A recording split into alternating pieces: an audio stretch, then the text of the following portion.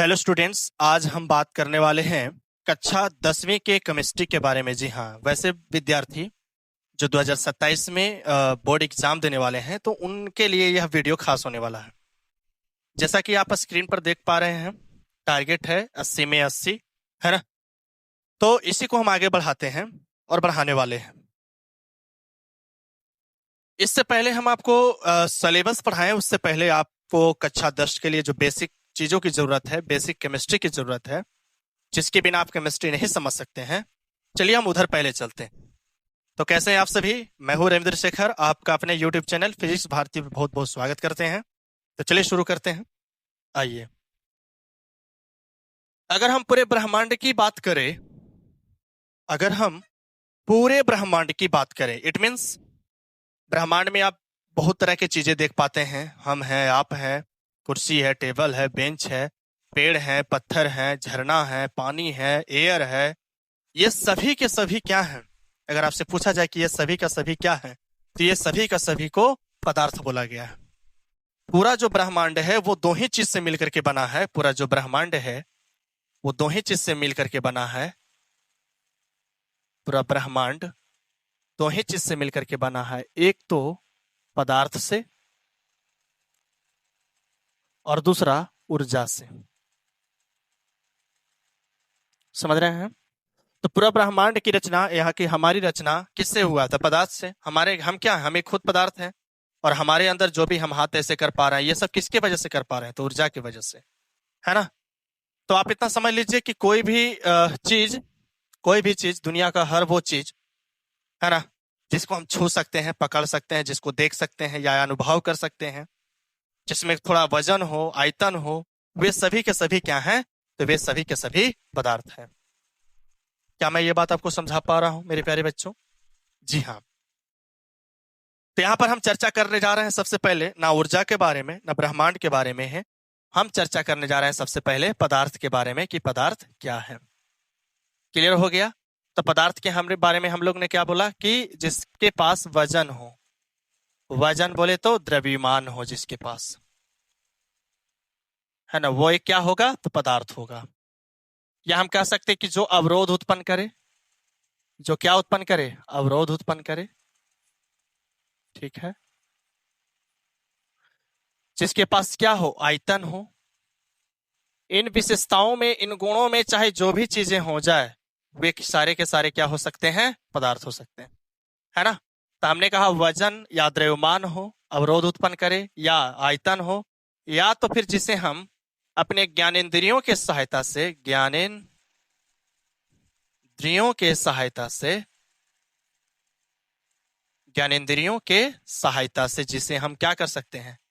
अनुभव कर सकते हैं, है ना।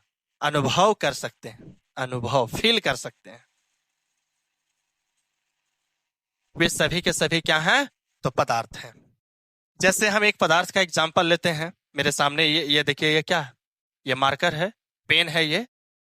तो चलिए, ये जो पेन है, ये पेन एक खुद क्या है? तो पेन एक पदार्थ है। समझ में आ रहा है?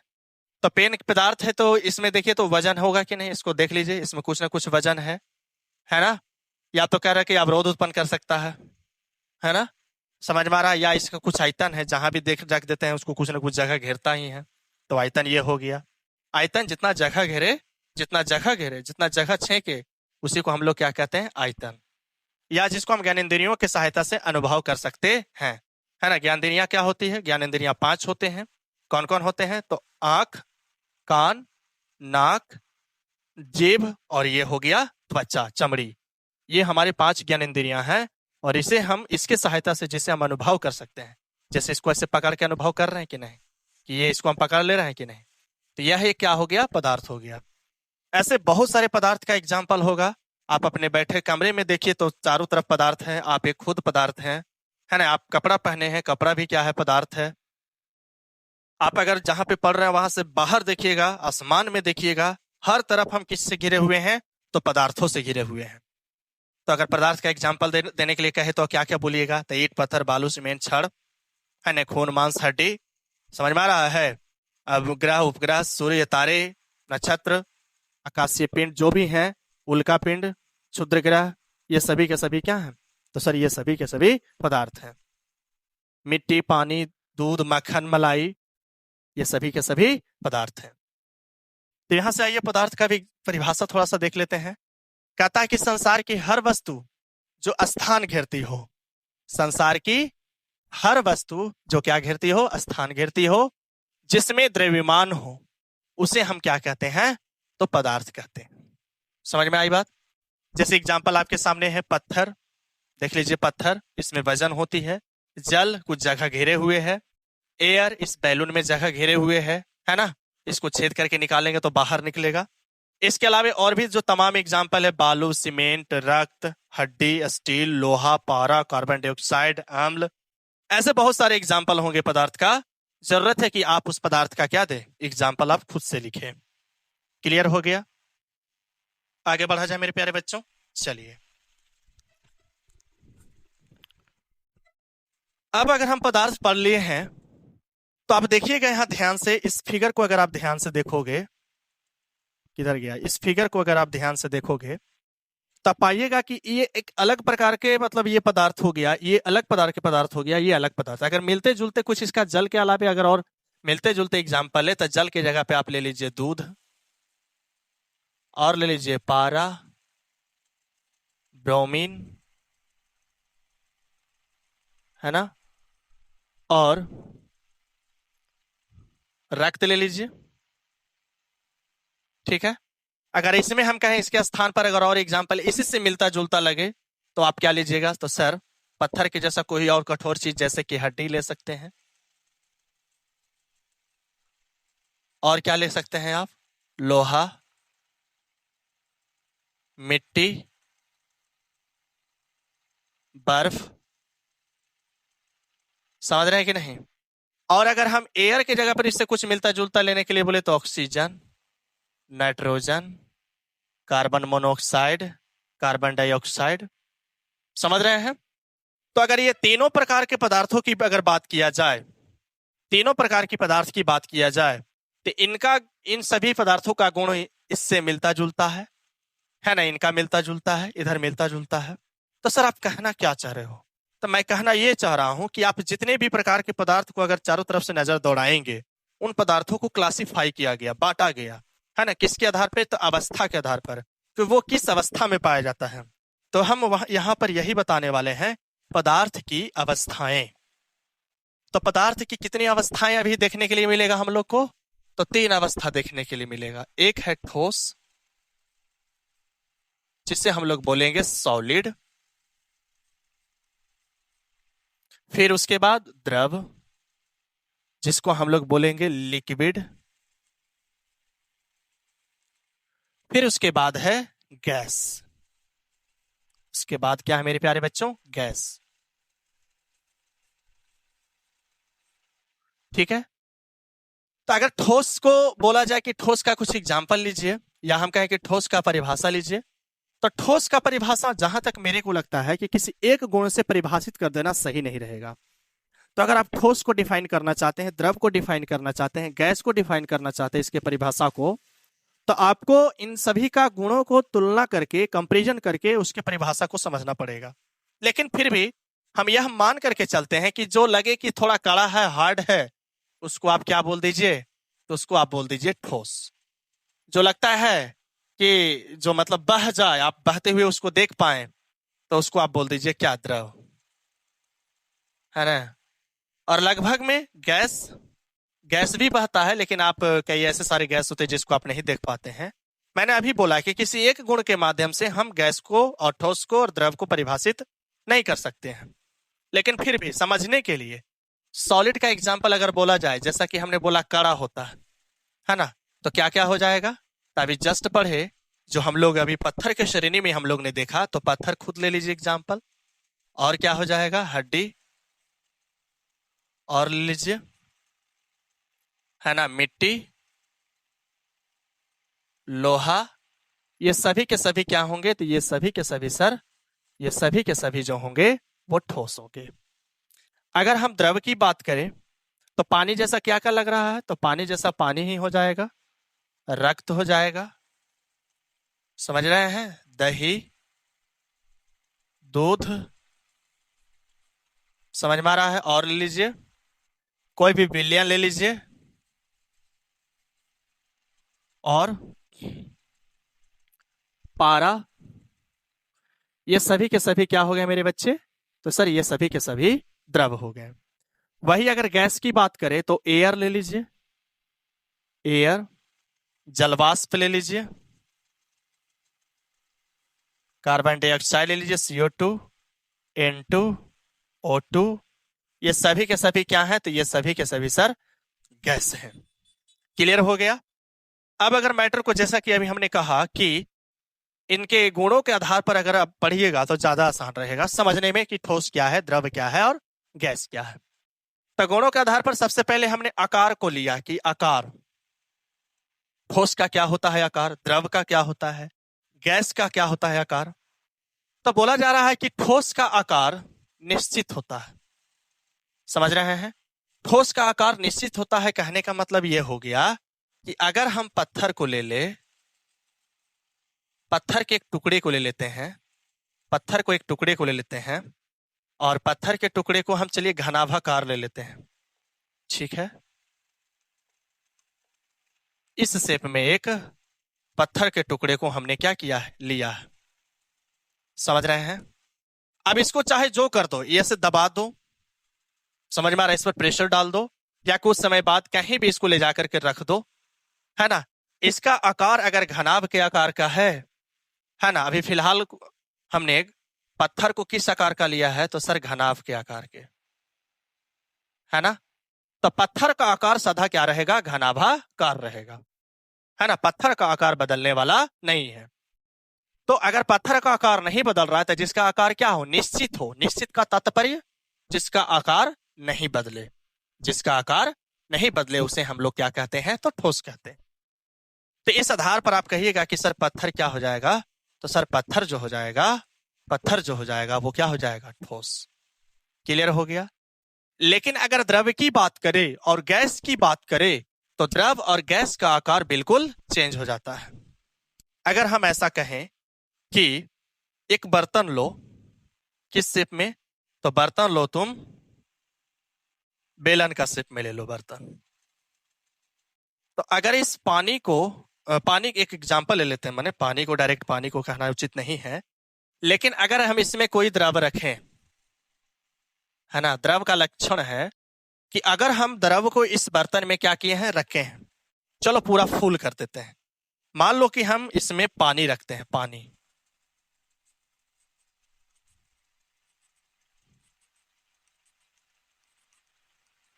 अब इसी पानी को निकाल करके क्या करो? एक ऐसा बर्तन ले लो,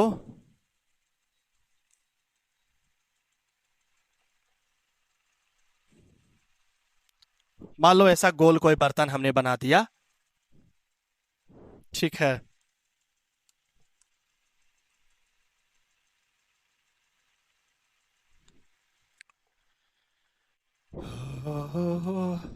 ऐसा कोई बर्तन बना दिया है, ऐसा कोई बर्तन बना दिया है, ठीक है? अब इस पानी को निकाल करके किस में डाल दो? इसमें डाल दो, ठीक है सर? अच्छी बात है, पानी को उसमें डाला जाए। लीजिए पानी इसमें पूरा भर दिए। ओके, अब मुझे बताइए कि अभी जब इस बर्तन में, बेलनाकार पात्र में हम पानी को रखे हैं तो पानी का आकार कैसा है? तो सर पानी का आकार मैं आंख बंद करके बता सकता हूं कि पानी जो है बेलनाकार दिखेगा, बेलन के शेप में दिखेगा। अगर हम इसी में पानी रख दे तो पानी किस शेप में दिखेगा? गोलाकार जैसा। मतलब यह हो गया कि पानी को हम जिस बर्तन में रखेंगे वो उसी का आकार ले लेगा। समझ में आ रही है? अगर बर्तन शंक्वाकार का है तो शंकु के जैसा, गलास में रख देंगे तो गलास के जैसा, लोटा में रख देंगे तो लोटा के जैसा, तसला में रख देंगे तो तसला के जैसा। तो आप जिस बर्तन में रख दीजिए, समझ में आ रहा है, वो उसी का आकार क्या कर लेगा? ग्रहण कर लेगा। जैसे हम लोग के लाइफ में कुछ ऐसे लोग होते हैं जो जहां जाता है वो उसी के जैसा एडजस्ट कर लेता है, लेकिन कुछ ऐसे लोग होते हैं कि जगह बदलने पर, समय बदलने पर वो ज्यों का त्यों रहता है। तो वैसे लोग हालांकि, है ना, आगे नहीं बढ़ पाते हैं, लेकिन अपने आप को एडजस्ट करना चाहिए। तो खैर मैं वहां नहीं बता रहा हूं, मैं पानी को द्रव के बारे में बता रहा हूं कि द्रव एक ऐसा पदार्थ है जिसका आकार क्या हो जाता है, बदल जाता है। बेलनाकार तो गोलाकार, इसी पानी को दूसरा बर्तन में डाले तो आकार अलग हो जाएगा। तो इसका तात्पर्य हुआ कि कहा गया द्रव, द्रव का आकार क्या हो जाता है, तो सर द्रव का आकार बदल जाता है। समझ में आ रही बात है?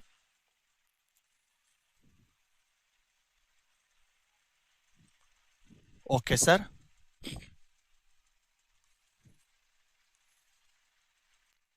वही अगर मैं बात करूं गैस का, तो गैस का भी सेम वही है ना। अगर एक खाली बर्तन को रख दिया जाए, है ना, तो देखिए जैसे एयर का हम नाम ले लेते हैं, एयर का, तो आप चाहे आप गिलास रख दीजिए, खाली गिलास रख दीजिए या खाली लोटा रख दीजिए, तो उसमें एयर है कि नहीं है। तो गिलास में क्या है कि गिलास में एयर है, तो उसका आकार कैसा है, तो बिल्कुल गिलास के जैसा है। अगर उसी एयर को निकाल करके हम एक बैलून में भर देते तो उसका आकार कैसा हो जाएगा, बैलून। बैलून भी अब कई शेप के आते हैं, गोलाकार भी होते हैं, है ना, लंबे भी होते हैं बैलून। अलग अलग मेला में आपको बैलून मिल जाएगा, उसमें आप हवा भरिए तो जैसा बैलून का शेप बनाया जाएगा उसी का आकार वो ले लेगा।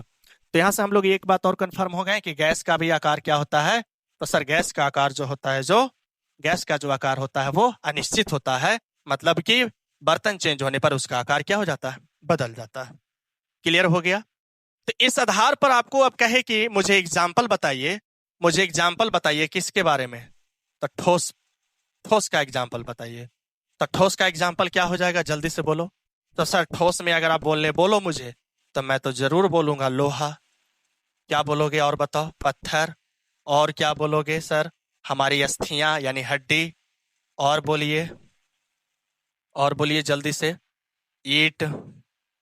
और बोलो सर, पत्थर, पत्थर तो लिख ही दिए हैं, चलो ईटीसी कर लेते हैं। तो ये सभी के सभी क्या हो गए, तो सर ये सभी के सभी हो गए ठोस। अब अगर द्रव की बात बोला जाए तो द्रव का एग्जाम्पल क्या होगा मेरे प्यारे बच्चों, जल्दी से बोलो। तो द्रव का एग्जाम्पल हो जाएगा सर पानी यानी जल। और बोलो, अच्छा इसमें एक और एग्जाम्पल सेट कर लो इससे पहले, बर्फ। बर्फ क्या है, तो ठोस है।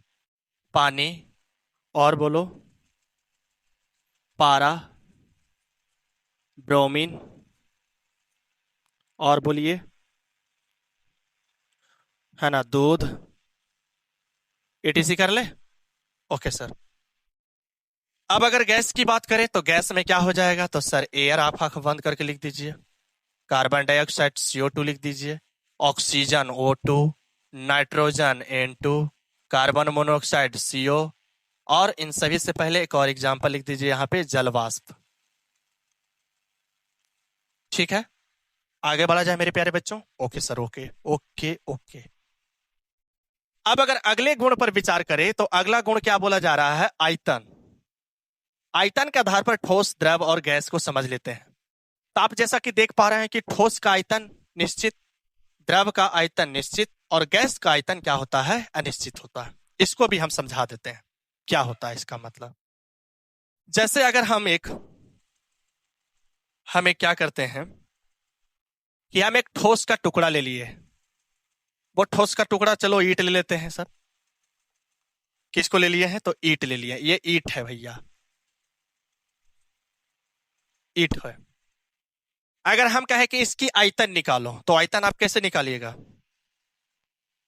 तो अगर आयतन ये कर लिया जाए कि ये लंबाई नाप लिया जाए, तो लंबाई मान लो L है, ये वाला जो चौड़ाई है B है, या मैं ये कहूं कि चौड़ाई ये वाला है B, और ये ऊंचाई है H।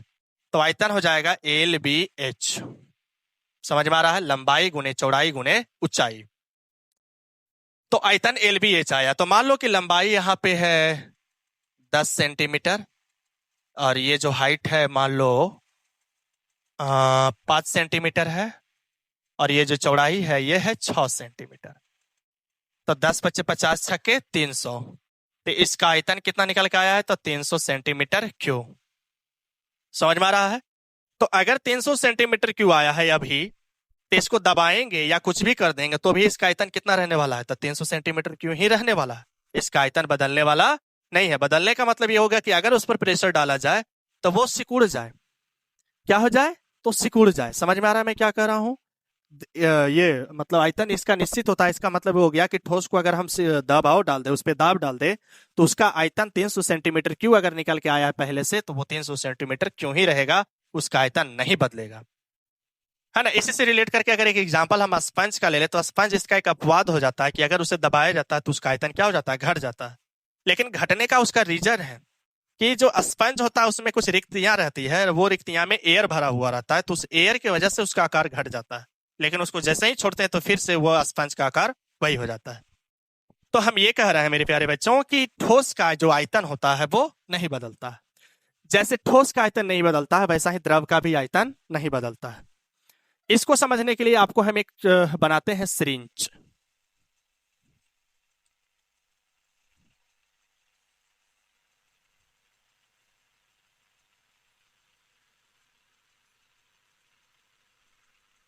ठीक है,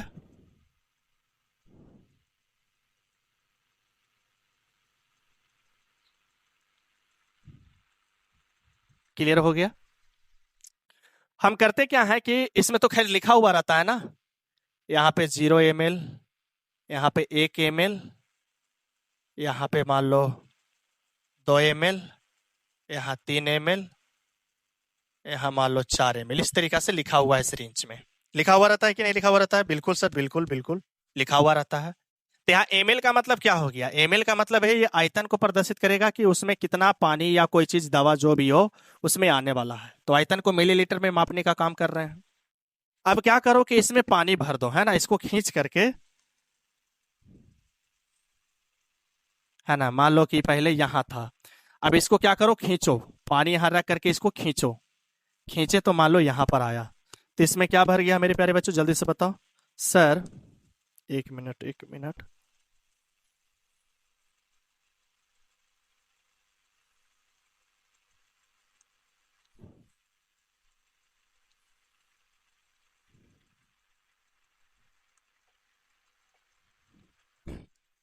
तो इसमें क्या भरने वाले हैं? तो इसमें अभी तुरंत खींचे तो इसमें आ गया है पानी, आ गया है पानी। अब इस सिरिंज के मुंह को क्या कर दो, बंद कर दो। और बंद करने के बाद क्या करो, बंद करने के बाद क्या करो कि इस पिस्टन को दबाओ। तो अगर हम ये मान करके चले कि इसमें 3 ml पानी हमने खींचा है, ये लेवल कहां पर है, 3 ml पे है। तो अगर हम इसको क्या करते हैं, सिरिंज को या तो हम इसको नीचे की तरफ हम इसको खिसकाते हैं, या तो ऊपर की तरफ ले जाते हैं, तो ना ऊपर जाएगा और ना ही नीचे का। अब जब मुंह को बंद कर दिए, तब मुंह को बंद करने का मतलब है कि ना इसमें अब एयर जाएगा और ना कहीं से इसमें पानी की आने की संभावना है। तो अगर अब इस सिरिंज को हम क्या करते हैं, ऊपर की तरफ ले जाते हैं या नीचे की तरफ, तो ना ऊपर जाएगा पिस्टन और ना ही नीचे जाएगा। इसका मतलब क्या हो गया कि पानी का जो आयतन था 3 ml, ये कांस्टेंट हो गया। ये जो आयतन है ना 3 ml से ना बढ़ रहा है और ना ही घट रहा है। तो इसका तात्पर्य ये हुआ कि जो पानी है सर, जो पानी है सर, पानी का जो आयतन है वो क्या है, कांस्टेंट है। तो वही हमने कहा कि द्रव का आयतन क्या होता है, तो सर द्रव का आयतन निश्चित होता है। क्लियर हो गया? द्रव का आयतन क्या होता है सर, निश्चित होता है। अगर एक बर्तन से दूसरे बर्तन में डाला जाएगा तो उसका आयतन उतना ही रहेगा, उसका आयतन बदलने वाला नहीं। समझ में आ गया सर? ओके। अब अगर गैस के हम आयतन का विचार करें तो गैस का आयतन का बिल्कुल अलग मामला है। अगर हम ऐसा कह करके चले कि अगर एक सिरिंज को हम ले लेते हैं, यही सिरिंज आपके सामने, वहां पर हम इसको ले चलते हैं। चलिए भैया, आ गया ये सिरिंज।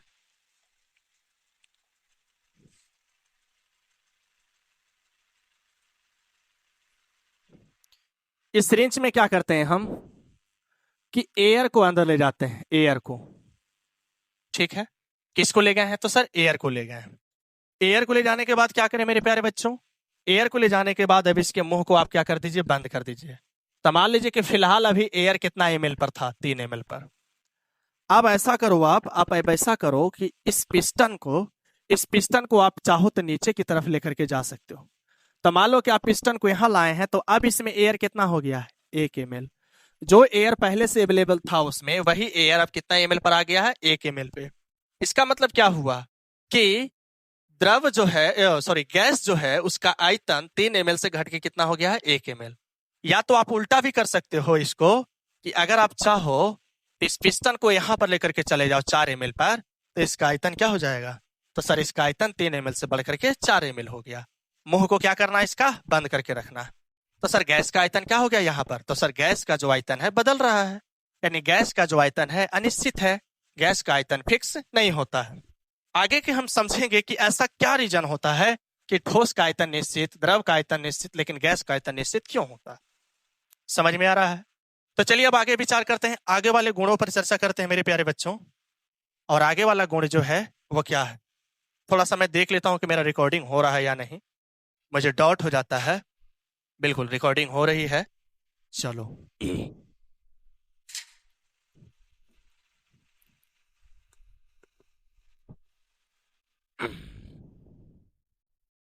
चलिए अब अगले गुणों पर विचार करें तो कह रहा है कि आप थोड़ा सा ये समझ लीजिए इसके कि कणों के बीच की दूरी का हाल क्या होता है ठोस में, द्रव में और गैस में क्या होती है, वो उस पर अब विचार किया जाए।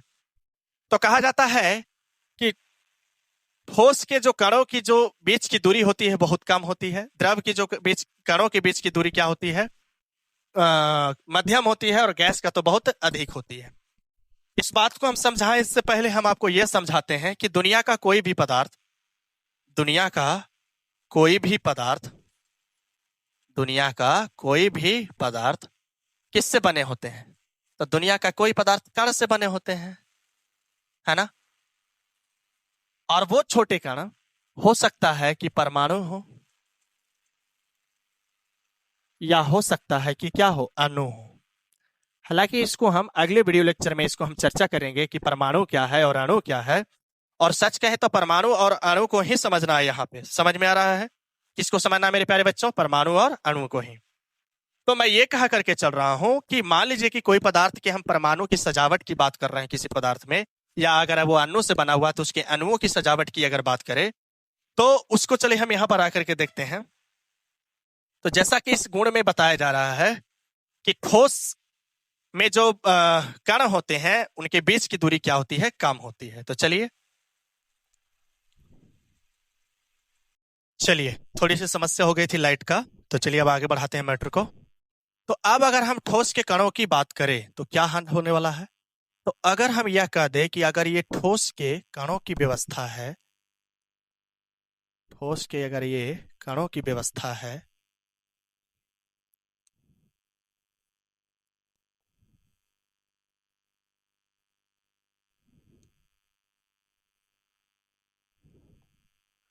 अगर ये ठोस के कणों की व्यवस्था अगर है मेरे प्यारे बच्चों, देखते चलिए।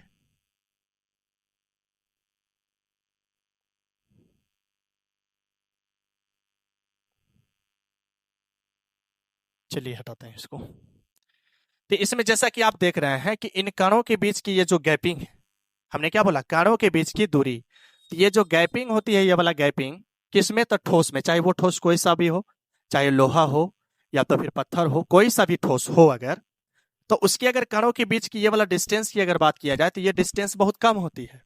लेकिन आपको ये बात समझाएं उससे पहले आप ये भी इसका भी देख लीजिए कि इसके कणों का क्या हाल रहता है। तो अगर इसके कणों की बात किया जाए मेरे प्यारे बच्चे, तो ये रहा अगर किसका कण, तो ये है सर द्रव का कण।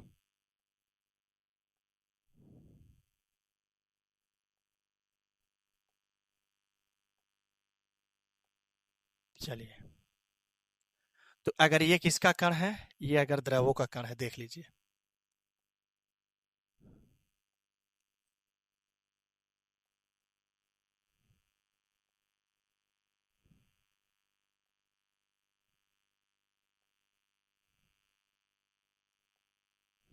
ये द्रव का कण हो गया, क्लियर है, ये द्रव का कण हो गया। अब अगर गैसों के कणों की बात किया जाए, गैसों के कणों की बात किया जाए, तो ये गैस का कण थोड़ा इन सभी के मुकाबले में क्या रहेगा, उसका दूरी, कणों के बीच की दूरी, तो सर इस कणों के बीच की जो दूरी होगी, ये इसका कण मान लीजिए।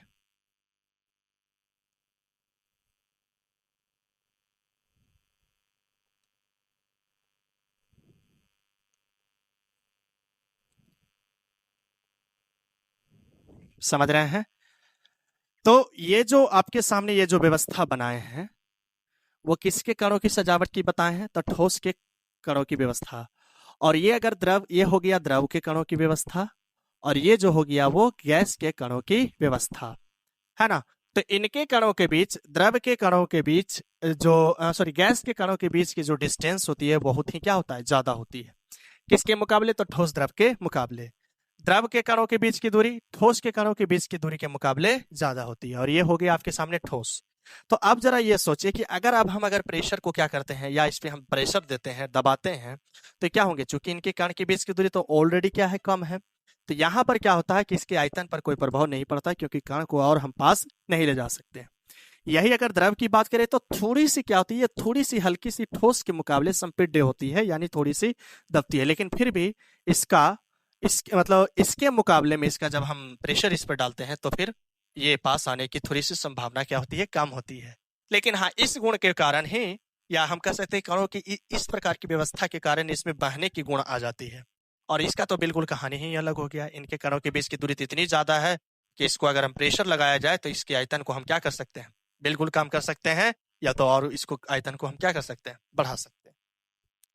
तो यहां से क्या निष्कर्ष निकल करके आया कि सर पदार्थ के ये हो गया कण की व्यवस्था, ये सॉरी ये ठोस की कणों की व्यवस्था, ये द्रव के कणों की व्यवस्था, और ये हो गया गैस के कणों की व्यवस्था। चलिए अब आगे बात करते हैं। चलिए अब बात करते हैं वही बहने का गुण। तो कहता है क्या कि ठोस में बहने का गुण बिल्कुल नहीं, द्रव में तो बहने के गुण होती है, और गैस में भी बहने का गुण होती है। बहने का मतलब यह हो गया कि अगर हम लोहा को या किसी भी ठोस को हम किसी स्थान पे क्या करते हैं, रख देते हैं, तो वो वैसे ही रहेगा। लेकिन अगर द्रव को हम क्या करते हैं कि बर्तन से निकाल करके जैसे ही हम जमीन पर छोड़ते हैं तो वो क्या होने लगता है, तो बहने लगता है। गैस का भी वही हाल है कि किसी कंटेनर में जब तक वो बंद है तब तक बंद है, लेकिन जैसा ही उसको क्या करते हैं, उसमें से हम छोटा सा छिद्र कर देते हैं, या लीकेज या किसी भी वजह से अगर उसमें से हम गैस को निकाले तो वो सारे गैस क्या हो जाते हैं, बाहर निकल जाते हैं। जैसे एक सिंपल सी बात है कि अगर हम एक परफ्यूम ले लेते हैं, परफ्यूम, और परफ्यूम को हम क्या करते हैं, उसमें से हम इस प्रकार से दबाते हैं, जब उसको जो भी उसका पिस्टन होता है तो उसमें से निकलता है क्या, तो सर उसमें से निकलता है क्या, तो उसमें से परफ्यूम निकलता है। लेकिन वही परफ्यूम क्या सिर्फ आपके पास तक रहता है? नहीं, तो बह करके काफी दूर तक चला जाता है। तो कैसे गया? क्योंकि उस परफ्यूम में, उस गैस में बहने की क्या पाई गई है, गुण पाई गई, गुण होती है। क्यों? क्योंकि उनके कणों की दूरी जितनी होती है, ज्यादा होती है ना, कि कणों को एक साथ बांध रखने की क्वालिटी उसमें कम होती है, इसलिए वो जिधर पाता है, जिधर भी कम प्रेशर पाता है, वो उधर ही जाकर के बहने लगता है। तो कहने का मतलब यही हो गया कि ठोसों में बहने की गुण नहीं होती है, और द्रव में बहने के गुण होती है, और गैस में भी बहने का गुण होती है। ठीक है, तो कैसा लगा ये वाला क्लास, कैसा लगा ये वाला लेक्चर? उम्मीद करते हैं काफी अच्छा लगा होगा। तो अब हम मिलते हैं अगले वीडियो लेक्चर में ऐसे इंटरेस्टेड टॉपिक के साथ, और अगले लेक्चर में हम लेकर के आने वाले हैं परमाणु के बारे में। जी हाँ, परमाणु के बारे में, वही परमाणु जो अभी अभी हम समझा रहे थे कि दुनिया का कोई भी पदार्थ किससे बना होता है, तो या तो परमाणु से बने होंगे या तो फिर अणु से बने होंगे। अणु भी किससे बने होते हैं, तो सर परमाणु से बने होते हैं, एटम से बने होते हैं। तो हम लोग उसी का चर्चा करने वाले, काफी इंटरेस्टेड है, और उसी परमाणु के कारण तो इतने सारे पदार्थ आपको देखने के लिए मिलता है, बनता है। समझ में आ रहा है? तो चलिए तब तक के लिए आपको ओके, टाटा, बाय।